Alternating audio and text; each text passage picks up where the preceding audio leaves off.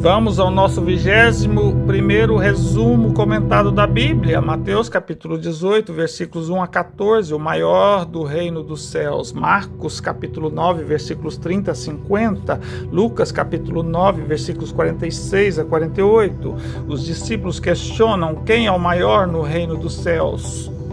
Jesus pega uma criança e diz: em verdade vos digo que se não vos converterdes e não vos fizerdes como criança, de modo algum entrareis no reino dos céus. Portanto, aquele que se tornar humilde como essa criança, este é o maior no reino dos céus. Jesus nesse texto combate veementemente a arrogância, a prepotência, a soberba e diz: qualquer um que escandalizar um desses pequeninos humildes, melhor seria que amarrasse uma pedra no pescoço e lançasse no mar. Continua: se a mão, o pé, o olho escandalizar, melhor seria cortá-lo, arrancá-lo. E diz que o Filho do Homem veio para salvar o que estava perdido. Portanto, claramente diz que veio nos ensinar, nos mostrar o caminho melhor, o caminho, a verdade e a vida, como ele próprio menciona. Em seguida, menciona a passagem da ovelha desgarrada. Se algum homem tiver 100 ovelhas e uma desgarrar, está em Lucas capítulo 15, versículos 1 a 10, deixará as outras 99 e irá atrás da que desgarrou, e muito se alegrará quando recuperá-la, e assim também é a vontade do Pai. Em Lucas capítulo 15, versículo 10 diz: assim vos digo que há alegria diante dos anjos de Deus por um pecador que se arrepende.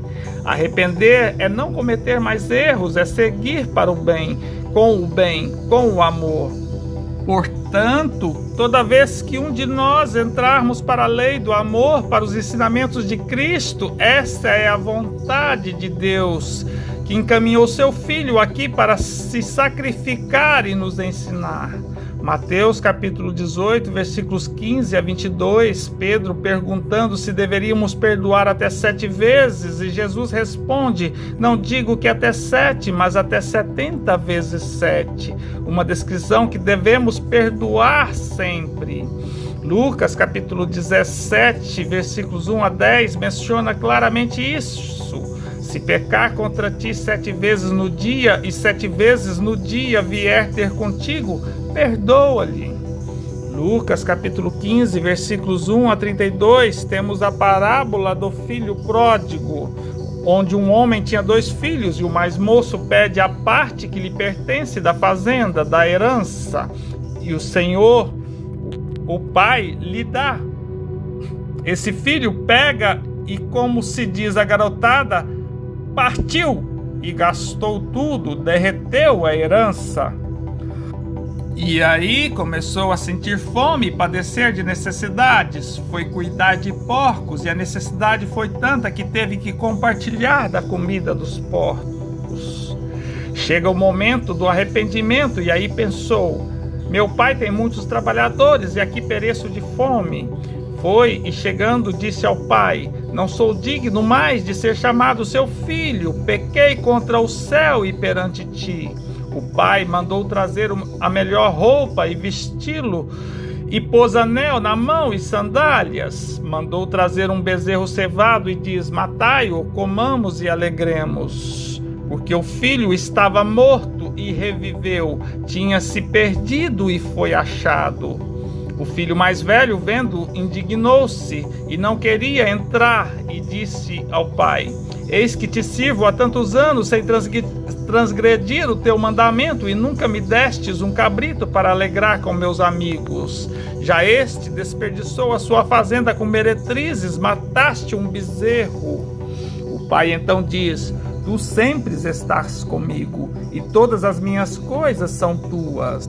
Mas é justo alegrar e regozijar, porque teu irmão estava morto e reviveu, tinha se perdido e foi achado. Demonstra a analogia de como Cristo, Deus e os chamados anjos se alegram quando um de nós deixa a vida de erros, de pecados e volta para Deus, a verdadeira vida, a verdadeira felicidade. Mortos, sempre estaremos longe do amor, nunca teremos a verdadeira felicidade, poderemos até ter momentos felizes, mas nossa consciência e nosso futuro está todo comprometido. Mateus capítulo 18, versículos 23 a 34, a parábola do credor incompassivo, onde diz que um rei foi prestar contas com seu servo e que esse lhe devia 10.000 talentos, moeda grego-romana correspondente a 6.000 denários.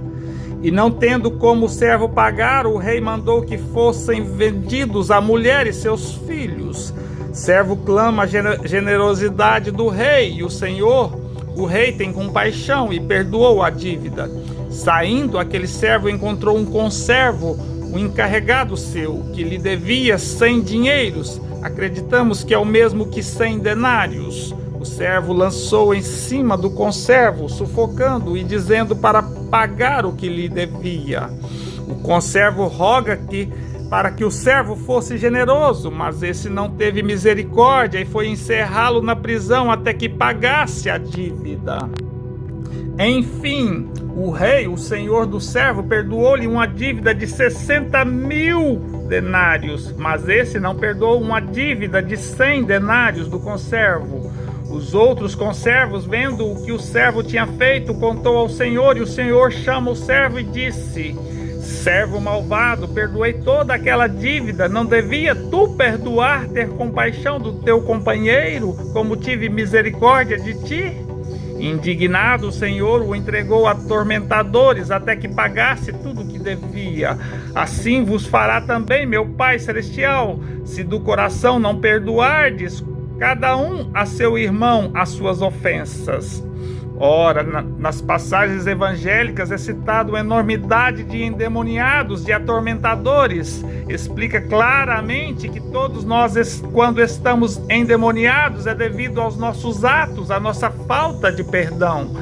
É nós pagando as nossas dívidas, e só serão pagas com o nosso perdão, nossa mudança de atitude, voltando para Cristo, voltando para o amor. Cristo demonstra mais uma vez porque devemos perdoar 70 vezes 7, ou seja, indefinidamente. Se não querermos viver em tormentos, temos que perdoar.